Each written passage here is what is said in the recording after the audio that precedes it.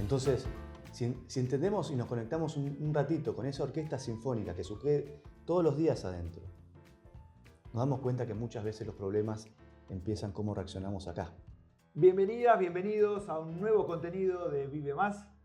Hoy tengo el gusto de conocer y de compartir este espacio con Joaquín Greján. Bienvenido, Joaquín. Bueno, Fernando, un gustazo. Joaquín es médico y especialista en psiconeuroinmunoendocrinología. Muy bien. ¿Lo dije muy bien? Es muy difícil para decirlo, así que muy bien. Es una de las palabras más largas que conozco. Sí, es la más larga, la ganadora Pero del clave. Joaquín es más popularmente conocido como el doctor del estrés. Increíble el approach, la manera de encarar esto, me encanta porque el estrés, entro de lleno en el tema, es uno de los grandes problemas que hay en el mundo, el manejo del estrés. O te lo pregunto también desde otro punto de vista, ¿hoy hay más estrés que en otras épocas o siempre hubo estrés y lo que hay más hoy es la posibilidad de diagnosticarlo, de tratarlo, de hablar del tema? No, yo creo que es un poco de las dos cosas, ¿no? Por un lado, tenemos que decir que estamos viviendo mucho mejor. Tenemos más sobrevida, tenemos más recursos y demás. Entonces, por ese lado, podríamos ya decir que las situaciones que vivimos hoy de violencia, agresividad, de hambrunas, si bien hay todo esto, es mucho menos si vas 100 años para atrás, si vas 200 años para atrás, 300 años para atrás. Pero Tenemos más sobrevida, hay menos guerras, aunque siga habiendo muchas guerras. totalmente. Hay menos enfermedades o hay más remedios para esas enfermedades. Como que los grandes problemas están un poco mejor que hace 100 años atrás. Por ejemplo. Totalmente. Pero estamos en la era de la información. Entonces, hoy la tecnología, la era digital, hace que el tráfico de información que tenemos, al cual estamos expuestos todos los días, es tremendo. Y no es solo información, es información que tiene impacto emocional. Entonces, eso, por otro lado, nos lleva a estar mucho más sobrecargados.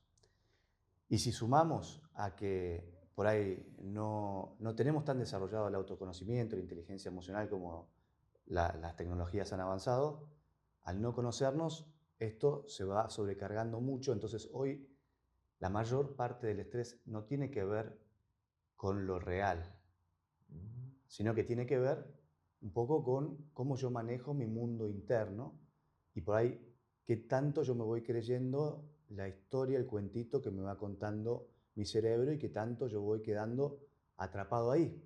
Cuanto más yo quedo atrapado ahí, más estrés voy a ir sufriendo, ¿no? El otro día escuchaba, me da lástima no acordarme quién era que lo dijo, que hoy un niño o una niña de 7 años tiene más información que un emperador romano. Sí. Augusto Cury lo dice eso. Es un médico brasileño especialista en ansiedad. Ahí está. Sí. Es impresionante, ¿no? Porque también habla de el estrés y esta sobrecarga, incluso en el nivel de los niños y las niñas, ¿no? Lo fuerte que es eso, los adolescentes. No, totalmente. Justo esta semana fui a dar una charla a un colegio y es terrible lo que está produciendo el acceso a la tecnología, la digitalización temprana en los niños y cómo todo eso va conformando los circuitos cerebrales y cómo eso hace exponencialmente que aparezcan todos estos problemas de déficit de atención, hiperactividad, ansiedad, desregulación emocional, ¿no? Eso es algo que está fuertemente documentado además ya, pero no sabemos qué hacer mucho con esto. Me gustaría que profundicemos a ver qué es el estrés en general. ¿Es depresión? ¿Es ansiedad? ¿Es nerviosismo? ¿Es todo eso junto y cada una es una manera distinta de tener estrés? ¿Es enojo?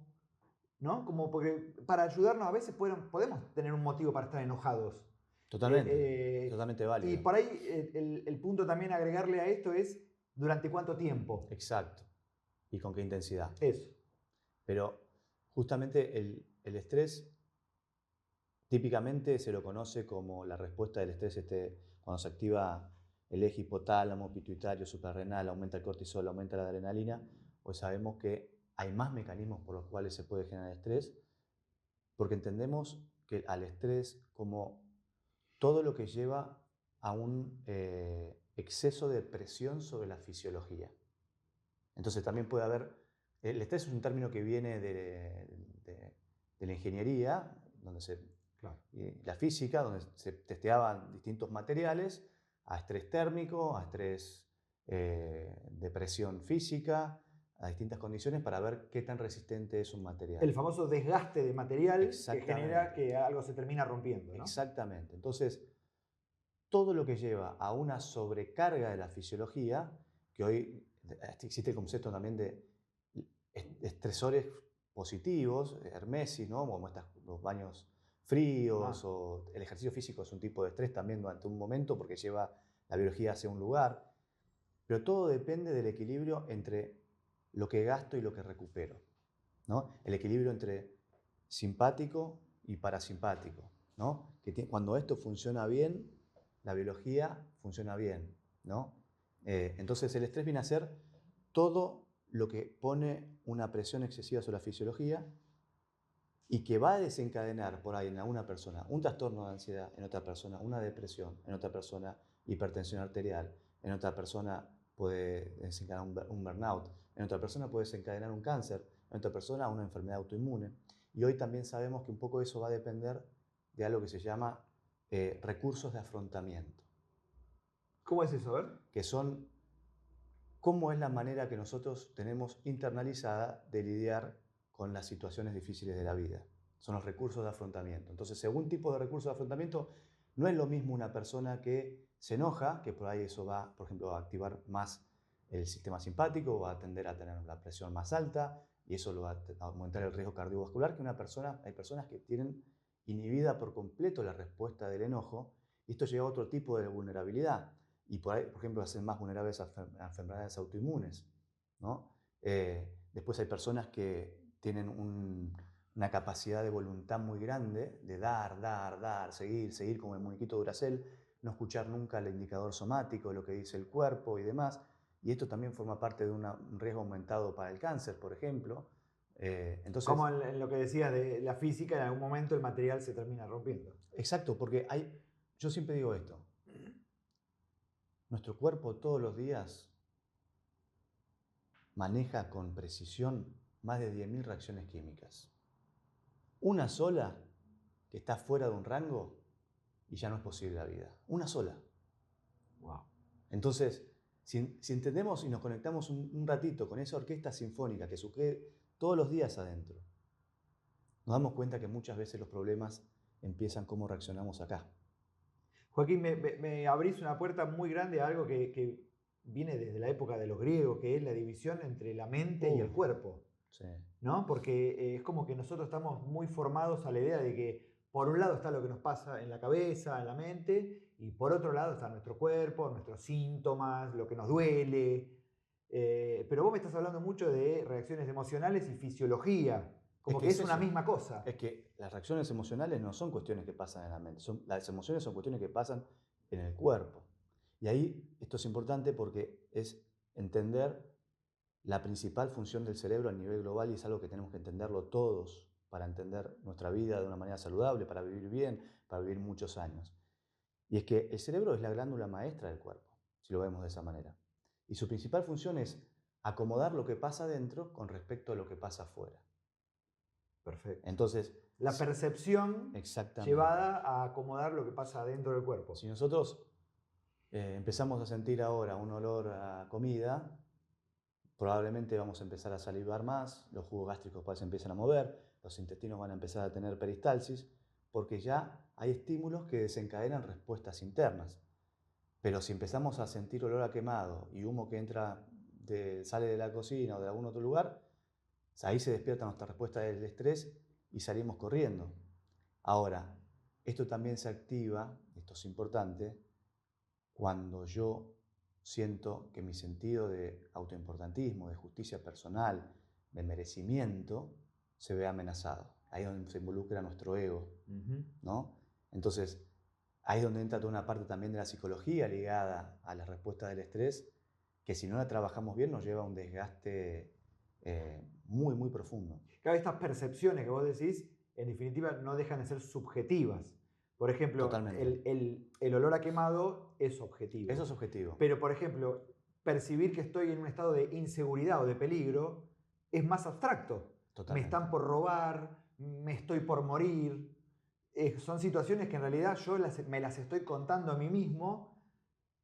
Puede que pase, puede que no. Es más, por ahí lo creo durante mucho tiempo y en algún momento va a terminar pasando. Totalmente. Porque morir no nos vamos a morir. Totalmente. Pero estamos muy subjetivizados en esas percepciones, muy disparados también por las redes, por los medios de comunicación, por agentes externos Yo creo que sí. a lo que nos pasa. El medio ambiente juega un rol muy importante y de hecho los medios lo saben porque juegan con una emoción que es altamente adictiva, aunque sea muy desagradable, que es el miedo, ¿no es cierto?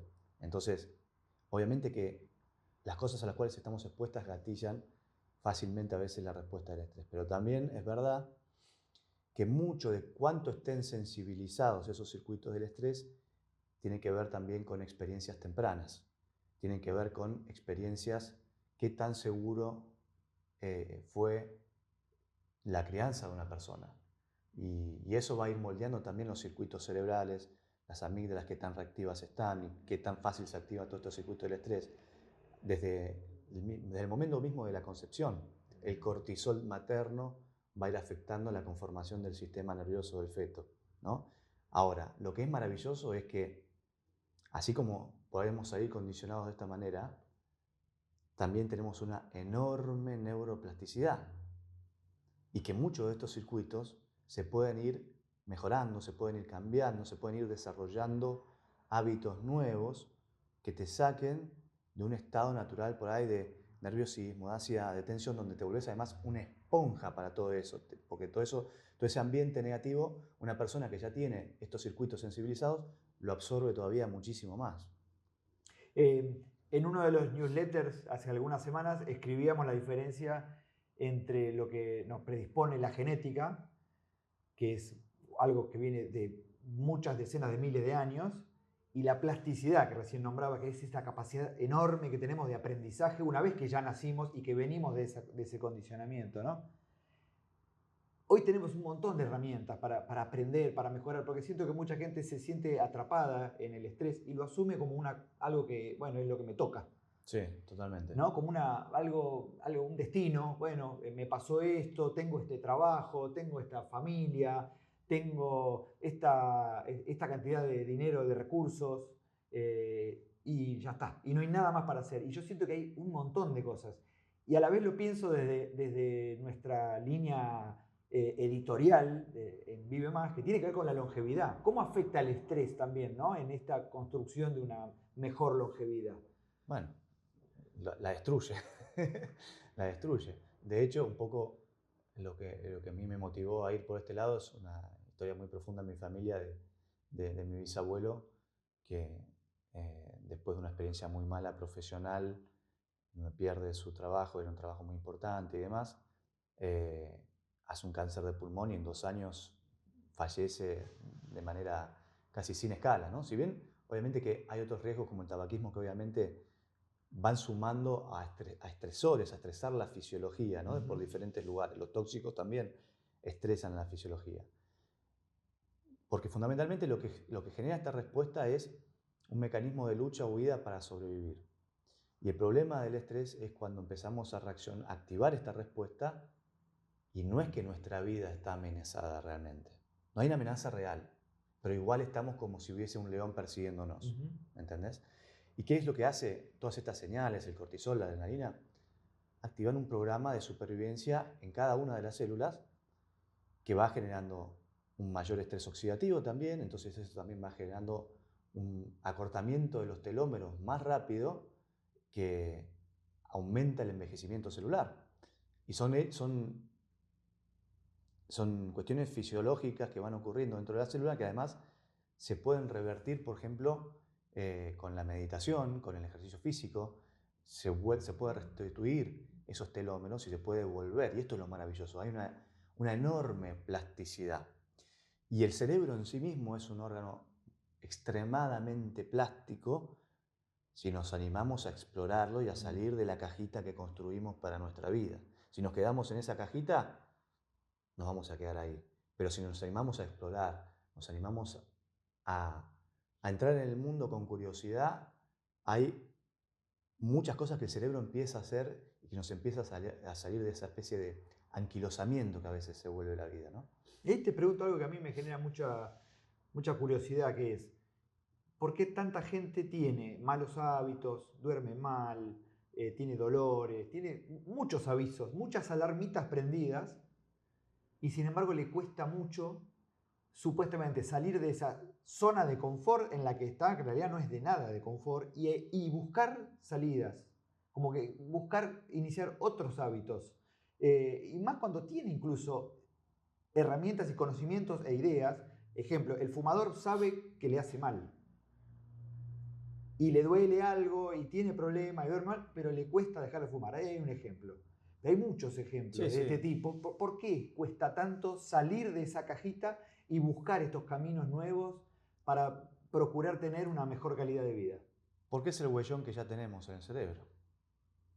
Es decir, lo que ya está aprendido y reforzado, porque lo repetimos muchas, muchas, muchas veces, es como una autopista donde naturalmente entramos, es como un tren que entra en los rieles y que va naturalmente por ahí, porque es lo que sabe, ¿no? Generar un hábito requiere, hay una metáfora que a mí me gusta mucho y lo uso mucho, que es, generar un hábito nuevo es como cuando un cohete sale para el espacio. Ujú. Porque en la primera parte gasta casi todo el combustible porque tiene que vencer la fuerza de gravedad. Una vez que vence la fuerza de gravedad, con muy poca energía puede hacer grandes La traslados. resistencia, ¿no? Exactamente. Puesto de nuestra cabeza, la Y nuestra resistencia. gravedad que nos mantiene son los hábitos neuronales que ya tenemos, que nos mantienen estancados en unos circuitos que son muy, muy conocidos, ¿no? Eh, y si vos me preguntás por qué, y es porque hace muy poco tiempo que empezamos a saber de esto. Entonces llegamos ya con otros hábitos configurados en nuestro cerebro. Ahora tenemos una gran tarea por delante que es hacernos dueños de nuestra vida y cómo queremos vivir y romper esa inercia para poder vivir de la manera que nosotros queremos y podemos, ¿no? Que está al alcance de la mano. Yo trabajo mucho sobre la idea de la construcción, ¿no? Cuando tengamos 70, 80 años, vamos a ser no la persona que nos toca ser, sino la que construimos, la que durante muchos años fuimos poniendo ladrillo sobre ladrillo sobre ladrillo, para bien o para mal, ¿no? Y esa es una idea que en general a mucha gente le genera como un hartazgo, una cosa, no, yo no voy a hacer este esfuerzo durante 30 años, prefiero morirme antes, como que, mucha gente me lo comenta, ese tipo de hartazgo o de hastío o de no querer, de fastidio, de no querer hacer un esfuerzo para estar bien dentro de 20, 30 años. Es que, ¿sabes lo que pasa ahí también? Parte de todo eso también está vinculado con el estrés. Porque si uno podés despejar tu mente, es mucho más difícil salir de un modo de vida automático y permitirte sentir que la vida puede ser algo diferente. Porque estamos todo el tiempo en una lucha huida que probablemente vamos como un péndulo entre el estrés y la evasión. Estrés, evasión. Mm. Evasión tenemos todos los vicios, tenemos las redes sociales, el Netflix, todo lo que es distracción pero que no es constructivo. Que es recompensa inmediata. Recompensa inmediata que me distrae, pero no me cambia mi estado fisiológico para estar mejor. Porque cuando yo empiezo a trabajar con buenos hábitos, lo que pasa es que después yo entro a situaciones de estrés con otra química endógena. Entonces, con otra química endógena, los problemas, los conflictos se perciben, se sienten de otra manera, ¿no? Entonces, si no despejamos acá, es difícil que podamos realmente llegar a sentir que podemos tener una mejor vida. Y a veces vivimos de una manera que algunos terapeutas llaman de suicidio endógeno. A ver, ¿cómo sería eso? Suicidio endógeno. Sí, es lo que vos dijiste recién. Eh, no es que me voy a hacer daño, pero tampoco estoy eligiendo vivir. Mm.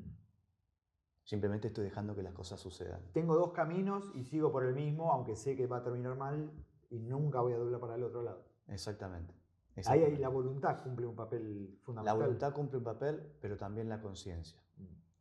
Porque es el poder darnos cuenta, y por ahí yo creo que esto es un mensaje que podemos entregar muy, muy valioso, de que realmente se puede vivir mejor si ponemos el bienestar primero como algo importante de la vida.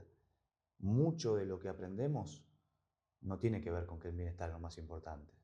siempre vienen primero los demás, viene primero la responsabilidad, el deber ser, los mandatos y demás. Entonces, el bienestar, hasta para muchas personas, es algo egoísta. Yo me encuentro con esas resistencias en las personas que acompaño, muy frecuentemente. Y tenemos que cambiar ese chip, porque yo digo, egoísmo es que cuando una persona viene en primer lugar, segundo, tercero, cuarto, quinto, sexto, séptimo. Una persona sana, uno está en primer lugar y después vienen los demás. Pero primero sé que tengo que ocupar de esta vida, ¿no? Que es la más importante. Si cada uno se ocupase mejor de esta vida, yo estoy convencido de que el mundo estaría mucho, mucho mejor, ¿no? Interesante. Profundicemos un poco. ¿Hay un estrés bueno y un estrés malo? Porque hablabas un poco recién de esos estresores provocados, dabas el ejemplo de los baños en agua helada o el entrenamiento físico. Siento que en las cabezas muy estresadas se mezclan estas dos cosas y dicen, no, yo no me voy a generar otro estrés. Exacto. ¿No? Porque por ahí hay una capacidad limitada de tener estrés, como diciendo, bueno, más estrés no me entra en esta cabeza, ¿no? Es que en realidad, si tomamos al estrés como una sobrecarga de fisiología, entendemos que hay distintos estados que se pueden generar. Si yo estoy muy sobrecargado en la mente por las cosas que yo estoy viviendo acá, una de las mejores cosas que puedo hacer es salir de la mente para sacar la sangre del cerebro, generar endorfinas, generar todas esas mioquinas que se generan también con el ejercicio físico, quemar también el cortisol que se va generando, que si sigue circulando y yo no lo gasto, me genera mayor vulnerabilidad cardiovascular y metabólica. Entonces, a veces el estrés es saber para dónde lo tengo que dirigir fisiológicamente. Meditar también es un estrés cuando la mente viene acelerada y me viene muy hiperactiva. ¿Cómo la freno? Y yo quiero frenarla, que bueno, yo siempre recomiendo no tratar de frenarla, sino es de a poquito ir entrando en una calma, ¿no? De donde yo no sigo alimentándola, ¿no? Entonces... Que hablan mucho de la respiración como una herramienta para lograr ese... sí, es respiración y atención. Claro. Es respiración y hacia dónde yo estoy dirigiendo mi atención, ¿no? Uh-huh. En un proceso donde me voy desidentificando de la mente. Pero después hay un estrés necesario que tiene que ver con los desafíos de la vida. Porque creo que hoy también estamos entrando en un mundo hipersensible, hiperreactivo, donde nada nos tiene que estresar un poco. Y en realidad, si estamos haciendo un buen manejo del estrés, tenemos mejor capacidad para enfrentar los desafíos de la vida. Hasta podemos crear los desafíos. No es que tengo que eliminar cualquier situación que ya me genera un poco de inquietud y un poquito de ansiedad. Ahora, sí, después tenemos que trabajar en todo lo que se activa internamente para que cuando yo encaro el desafío no sufra un desgaste terrible, ¿no? Y algunos Y especialistas... después una frustración, ¿no? Sí, sí, Porque totalmente. me arriesgué, me desgasté mucho, me duele, Exacto. me fue mal, no sirve esto. Exacto. Es una conclusión errónea por ahí. Algunos especialistas dicen que la excelencia está cuando yo consigo el máximo nivel de foco con el máximo nivel de relajación. Bien. Son los deportistas de élite. Bueno, los de élite lo necesitan hacer, pero hay personas que están en muy alto rendimiento, manejando muchas presiones, encargos y demás, también lo necesitan hacer, porque para la mayoría de las personas cuando yo aumento el nivel de foco es porque también aumenta el nivel de estrés, ¿no? Y de tensión interna. Entonces después necesito relajarme, distrayéndome y no prestar atención a nada. Ahora, cuando logramos elevar el nivel de foco y en un alto nivel de relajación interna, ahí surge la excelencia porque tenemos una capacidad resolutiva que no quema mucho combustible. Uno pensaba en el deportista de élite, decía, por ejemplo, un basquetbolista de la NBA, Stephen Curry, lo ve tirar un triple a 15 metros del aro faltando 2 segundos para que termine el partido y si la mete gana y si no la mete pierde. Y el tipo lo ves con una relajación y una tranquilidad y que incluso él muchas veces tira y se da vuelta antes de que la pelota entre porque él ya sabe que la pelota entra. Pero hablo de esa máxima presión, máximo estrés y la relajación con la que lo encara. Y hablo de un deportista, pero hay un montón de ejemplos de lo mismo, ¿no? Sí, totalmente. Es muy difícil. Estamos hablando de gente muy capacitada, Sí. Muy talentosa y con muchísimo trabajo detrás. También. Bueno, pero hoy se está haciendo mucho en los deportistas de alto rendimiento. Vos ves que muchos meditan, hablan de sus psicólogos, ¿no? Tenemos el caso del Diego Martínez o esta eh, estadounidense que hacía gimnasia. Simone Biles. Sí, también habló de la importancia de su terapeuta en todo eso. Y el aspecto mental es fundamental porque que después lo podemos llevar para nuestro día a día, porque cada uno tiene sus propios desafíos de diferentes niveles y lo que significa esto o esto, ¿no? En cuáles son mis propios miedos. Y al final se trata de cómo yo encaro los miedos y las cosas que siento que son amenazas. Mucho se trata de eso.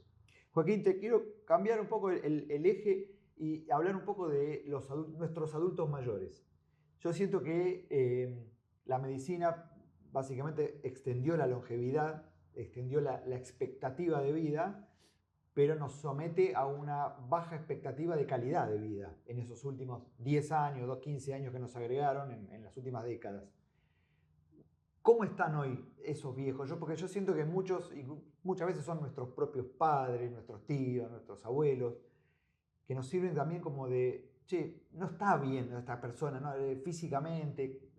¿Cómo está la cabeza de nuestros adultos mayores y cómo podemos trabajar para ayudarlos a ellos y por ahí no convertirnos en ellos, en el sentido de los problemas que arrastran, ¿no? Bueno, hay un triangulito, ¿no? Que habla de actividad física, una alimentación que no sea hipercalórica, que no sea hiperinflamatoria, y después el manejo del mundo interno para no sobrecargarnos con reacciones que no son buenas y no sostenerlas sobre todo por mucho tiempo. Pero ahí hay un punto muy importante que vos lo conoces muy bien y tiene que ver también con la masa muscular.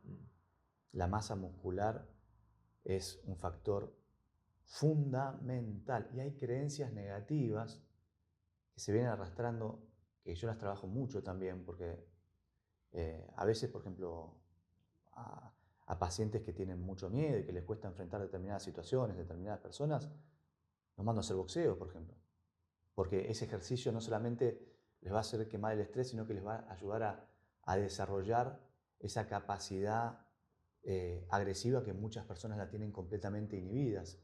Eh, o muy común también en mujeres por ahí posmenopáusicas que creen que si van al gimnasio se van a volver Arnold Schwarzenegger. ¿Viste? Y es esa fantasía, si voy al gimnasio enseguida, cuando construir masa muscular es un trabajo realmente muy, muy, muy grande. Y cuando con la actividad física ya solo, y especialmente de fuerza, ya vamos mejorando muchísimo, revertiendo muchísimo de los indicadores que van generando el envejecimiento negativo. Y eso de que vas perdiendo masa muscular en la edad es una mentira. Es mentira. La realidad es una consecuencia de nuestro estilo de vida. Es una consecuencia de dejar de moverte. Claro. Es una consecuencia del sedentarismo, ¿no? El peor escenario para una persona, para la salud de una persona es una persona sedentaria, que se mueve muy poco. Entonces, y que está estresada, y como está estresada y se mueve poco, además se alimenta pésimo. Y duerme. Y duerme de la peor manera. De la peor manera. Y obviamente el sueño siempre está muy ligado a los niveles de estrés. Siempre va muy ligado, la mayoría de las veces. Pienso en estas personas mayores que nos sirven un poco como de espejo en el que no nos queremos mirar y en lo difícil que nos resulta a veces conectarnos desde otro lado, de ayudarlos a ellos y ayudarnos a nosotros mismos a cambiar, a decir, bueno, voy al gimnasio. Estamos muy agarrados también de prejuicios y de miradas que también incluso desde la ciencia venían para otro lado, porque Sí, sí, es nuevo esto. Totalmente. Es una idea nueva, es una idea innovadora y bueno, no sé si esto que hablas de los músculos, si a vos te lo enseñaron en la facultad. No. Pero ese es un punto, ¿no? O sea, es algo que estamos aprendiendo todos. Totalmente, totalmente. Y probablemente las nuevas generaciones ya vengan con otro chip, pero ahora nos tenemos que ocupar que las personas que pueden desarrollar su potencial lo hagan y que se animen a moverse y que no se den por terminados de alguna manera, ¿no? Porque lo que marca la diferencia de poder hacer actividad física, de poder aprender a relajarme, cambiar circuitos neuronales, poder también hacer cosas innovadoras, cómo activa todo esto el BDNF. ¿Qué es el BDNF? Es un factor neurotrófico que cuando yo hago actividad física o cuando cosas innovadoras, cuando aprendo, genera nuevas conexiones entre las neuronas, ¿no? Entonces, en la medida que yo lo genero, esto además no solamente me ayuda para sentirme mejor, sino que además previene de alguna forma las enfermedades degenerativas como el Alzheimer, las enfermedades cognitivas que están relacionadas al deterioro del cerebro, el ejercicio físico, la sorpresa. La sorpresa es la emoción que más activa el sistema inmune. Hacer cosas innovadoras. Y una vida rutinaria, muy predecible, encerrada en un esquema muy rígido, eso también va generando un desgaste muy grande. Porque es como que la llamita de la vida, ya las células sienten, ya no hay para qué vivir. La sorpresa también ligada al aprendizaje es muy importante, ¿no? Pienso en mucha gente que ya llega a una edad que dice, bueno, yo ya sé todo, no tengo nada que aprender, ¿qué me voy a poner a estudiar algo o a leer algo de un tema del que desconozco, ¿no? Y está bueno dejarse sorprender porque uno reactiva un montón no solo lo que estás pensando, reactivas un montón de situaciones y te expones a algo que no conoces. Sí, totalmente, totalmente.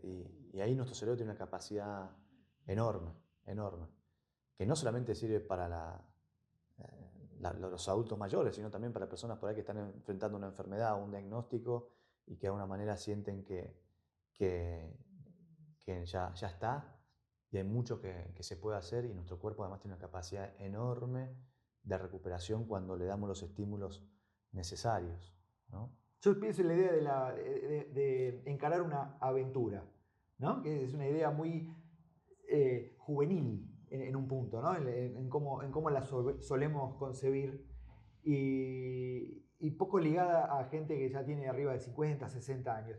Y justamente es un momento en la vida en el cual por ahí ya, si tuvimos hijos, ya los criamos, ya son grandes. Si trabajamos más o menos bien, capaz que tenemos un pequeño ahorro, una posibilidad de tener más tiempo libre. Es un momento ideal para encarar una aventura, para hacer, che, yo voy a hacer algo que nunca hice, me voy a formar, voy a aprender a hacerlo, quiero subir una montaña, quiero aprender a hacer una técnica de algo nuevo. Me parece que son maneras de encarar 20, 30 años finales de vida con otro optimismo, con otra actitud, que nos ponen en otra situación, completamente más positiva también. ¿Sabes cuál es el mayor desafío de esa etapa de la vida? Tener la plasticidad y la capacidad para desidentificarnos de lo que fuimos y poder permitirnos recrearnos y ser de alguna manera una nueva persona. No en carácter, no en mi esencia, pero sí en lo que me permito hacer y de qué creo que se trata la vida. Porque la consecuencia de dedicarle toda tu vida a algo, a lo laboral, a la familia y demás, eso va generando que estos circuitos que estamos hablando del cerebro están acostumbrados a eso. Y esos circuitos que nos llevan a la rutina, primero que el día que se deja de trabajar, el día que los hijos se van, y esto lo veo mucho también en el consultorio, eh, se estresan mucho porque, ¿y ahora dónde está el norte de mi vida? Necesitamos un norte, necesitamos un sentido. Es muy importante Somos esto. lo que hacemos, ¿no? Nuestras acciones generan nuestra identidad y nuestra manera de encarar. Y si siempre hacemos lo mismo y un día dejamos de hacerlo por el motivo que sea, ¿qué somos? ¿Quién somos? Exacto, exactamente. Y hay una crisis de identificación. Y ahí es donde tengo que aprender a permitirme ser un poco otra persona, ¿no? Morir a lo viejo y que algo nuevo pueda nacer. Y ese proceso hay muchas veces que hay que atravesar, muchas veces lo atravesamos en muchas etapas de la vida, pero en esa etapa de la vida creo que es muy importante porque para quienes, lo que yo veo, quienes saben tomarlo bien a esto, es posiblemente la mejor etapa de la vida, por todo lo que vos decís también, ¿no? Si me mantuve bien físicamente, me mantuve bien mentalmente, por ahí tengo ya un dinerito y no tengo que sostener a nadie más que yo y por ahí eh, ya no tengo esa familia sobre los hombros. Con menos presión. Exactamente. Y por ahí oportunidad para viajar, para aprender, para aventurarme a cosas nuevas, a animarme a explorar mundos con curiosidad que por ahí antes no los exploraba. Hay tanto para conocer del universo, del mundo, de todo, que digo, no tenemos que dejar que nuestra llamita de la pasión por la vida se apague en ningún momento. ¿no? Y las herramientas con las que contamos, porque esta tecnología que nos vuelve locos, que nos condiciona, que nos presiona, también nos brinda oportunidades. Totalmente. Como esta, ¿no? ¿No? Como esta. Claro, claro, porque digo, si no demonizamos todo y parece que, es todo, que todo está mal. No, no, no, no. Yo creo que esto es muy bueno. Pero el tema es que podamos usarlo de la manera que nos haga bien, ¿no? Me gustaría puntualizar, Joaquín, un poco las fuiste tirando a lo largo de toda la conversación, 4 o 5 herramientas prácticas para una persona que está estresada, como puertitas por las que puede probar abrir y asomarse a algo distinto, ¿no? Yo digo, en una situación de estrés agudo, fuerte, cuando hay una situación que vino y que eso generó unas reacciones internas donde me secuestró Un por duelo, por elemento. ejemplo, ¿no? Bueno, Algo que sucede que es fuerte y que genera el duelo requiere un proceso, Claro. eso es un procesamiento, ¿no? Pero yo digo más que nada porque eso es algo que involucra la tristeza y es un proceso donde el cerebro va adaptándose de a poco a la pérdida, ¿no? Y es algo que hay que saber acompañar, sobre todo sin enojo, sin miedo y animarse a los cambios que se proponen. Pero para situaciones de estrés agudo, situaciones que vienen y que activan mucho y que me dejan muy secuestrado, lo mejor que puedo hacer en ese momento a veces no es ir a meditar, porque en ese momento vas a tratar de meditar y la cabeza no te va a parar. Lo mejor es a veces dar un paseo, si puede ser un paseo por la naturaleza, eso ya baja un montón, un montón. Después para el día a día sí es muy importante la meditación. Porque ¿qué es lo que nos permite la meditación? Nos permite, por un lado, generar esa respuesta de relajación donde bajo la activación simpática, del tono nervioso simpático, y me permite un poco ser consciente de mi mente y de mi percepción y no estar tan atrapado por las percepciones automáticas, ¿no? Que si yo voy en automático, las percepciones automáticas, las ideas que se me van cruzando por la cabeza, por ahí naturalmente empiezan a agarrar el envión y eso me va dejando más estresado, ¿sí? Entonces la meditación es como no es una herramienta que tengo que usar en el peor momento, es una herramienta para construir en el día a día, ¿no? O sea, si no es como querer ir a correr una maratón y empezar a entrenar 2 semanas antes, ¿no? O sea, no tiene ningún sentido. Para el día a día tenemos que aprender a que si estamos muy estresados tenemos que dejarlo todo, activar el cuerpo, mover el cuerpo, por ahí incluso llamar a un amigo o a alguien que nos pueda escuchar, salir de ese tema, despejarnos y cuando ya la tensión interna baja ahí con la mente despejada solamente tomamos muchas mejores decisiones, ¿no? Interrumpir ese discurso interno, esa Sí, rumiación sí, permanente, ¿no? Tratar de exacto, interrumpirlo y ponerle otra. Bueno, ahora voy a dialogar con otra cosa. exacto. Pero Escuchar música sirve en una sí, situación así, sí, por ejemplo, como totalmente, ponerse totalmente. auriculares y cambiar. Todo lo que es juego, divertimento sano, donde yo puedo poner mi foco de atención y al 100% en otra cosa que el problema, va a desactivar esos circuitos en Default Mode Network que se activa, que me dejan atrapado, rumiando, con una intensidad de activación emocional alta, me quedo atrapado dentro de la cabeza. Yo digo que muchas veces toda enfermedad empieza cuando yo me empiezo a quedar atrapado dentro de mi mente y pierdo la conexión con el cuerpo, ¿no? Los momentos más lindos de bienestar son los momentos donde la mente no participa, porque estoy presente en una experiencia ahí. No hay nada más, no hay nada más. Entonces, eso es lo que tenemos que aprender a activar. Pero después, obviamente, tenemos que aprender también un poco un básico de cómo funciona esto para poder conducirlo, ¿no? Porque yo digo, acá tenemos una pieza de tecnología biológica increíble, pero nadie lee el manual del usuario. ¿Quién está a cargo? Claro. El que está a cargo por ahí no leyó el manual del usuario la mayoría de las veces. Y cuando no leemos el manual del usuario, por ahí creemos que vamos bien y por ahí no estamos bien, ¿no? Porque a veces confundimos, muchas veces me dicen, Joaquín, ¿cómo puede ser que yo tengo todo para ser feliz, para sentirme pleno, hago todo, actividad física y todo, pero no me siento pleno? ¿Qué pasa? Pero ¿cómo nos conocemos acá? ¿Cómo manejamos acá? ¿No? ¿Cómo resolvemos el tema de la muerte también? Es un tema importante, que obviamente no vamos a profundizar, pero es un tema importante. ¿Cómo nos paramos frente a eso? Eso marca mucho también cómo yo puedo vivir el hoy, ¿no? Entonces, necesitamos trabajar adentro nuestro para empezar a achicar la brecha de disociación entre estar atrapado dentro de los conceptos de la mente para poder entrar en la experiencia real de vida que voy construyendo y enfocarme en la experiencia y no en los conceptos. O la experiencia misma nos va a guiar de una manera mucho más sabia que a veces los conceptos, ¿no? Que muchas veces esos conceptos son subjetivos, están alterados, están condicionados por la tecnología, están condicionados por mensajes que son agresivos, que Sí, son pero nocivos, hasta hay ¿no? conceptos que son muy positivos, pero yo sé, por ejemplo, a mí me interesa mucho y podemos hablar de un paper donde entendemos las mioquinas y cómo afectan al cerebro, y cómo estimulan neuroplasticidad, cómo estimulan al sistema inmune, pero leer un paper no me activa las mioquinas. Entonces, cuando tengo sed, yo necesito tomar agua, no necesito que me expliques el H2O, la unión covalente del Claro. oxígeno con el hidrógeno, ¿no? Entonces, necesitamos ir a la práctica y a la vivencia y entender qué nos empeora nuestra vivencia y qué nos hace mejorar, estar atento a eso. Si puedo prestar atención a eso y dejarme guiar por la experiencia, ya ahí voy a tener algo muy ganado porque no estoy alucinado por mucho de lo que yo creo que tengo que hacer en la vida, que me presiona, que me estresa y que por ahí no es tan así. Muy interesante todo eso. Sos joven, estás muy lejos No tanto, ¿eh? pero bueno, Cada vez pero menos que también. pensás en tu vejez, es algo que te viene como una preocupación o como un tema, no lo tenés para nada en cuenta. Pienso más en la muerte. ¿Ah, sí? Sí, O sea, en tu muerte. sí, sí. Eh, es un recordatorio de que estoy vivo hoy, Ujú. para mí. Y ordena muchas cosas, ¿no? De muchas cosas de... También cuando uno a veces encara cosas con... Yo ya me di cuenta que cuando uno encara cosas con un nivel de excitación demasiado alto, a mí ya eso me enciende una alarma. Entonces trato de que todas las cosas que encaro, tratar de ir más que fluyan, ¿no? Y no que sean cosas que haya que forzarlas, enloquecerse y demás.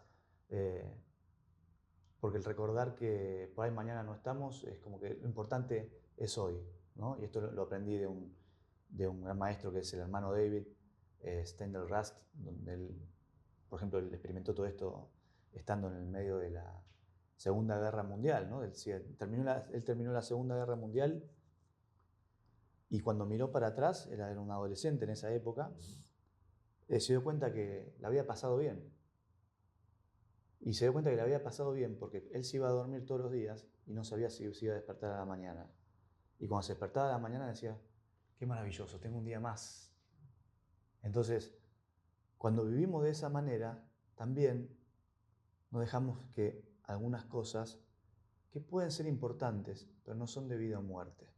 Si no es de vida o muerte, no merece tanta energía, ¿no? Y eso nos centra mucho para, para ver cómo vivir, creo, ¿no? Después de todo lo que me acabas de decir, no sé si lo pensás, pero me gusta terminar estas conversaciones preguntándoles a nuestros entrevistados qué te gustaría poder hacer a los 80 años, ¿no? Como una,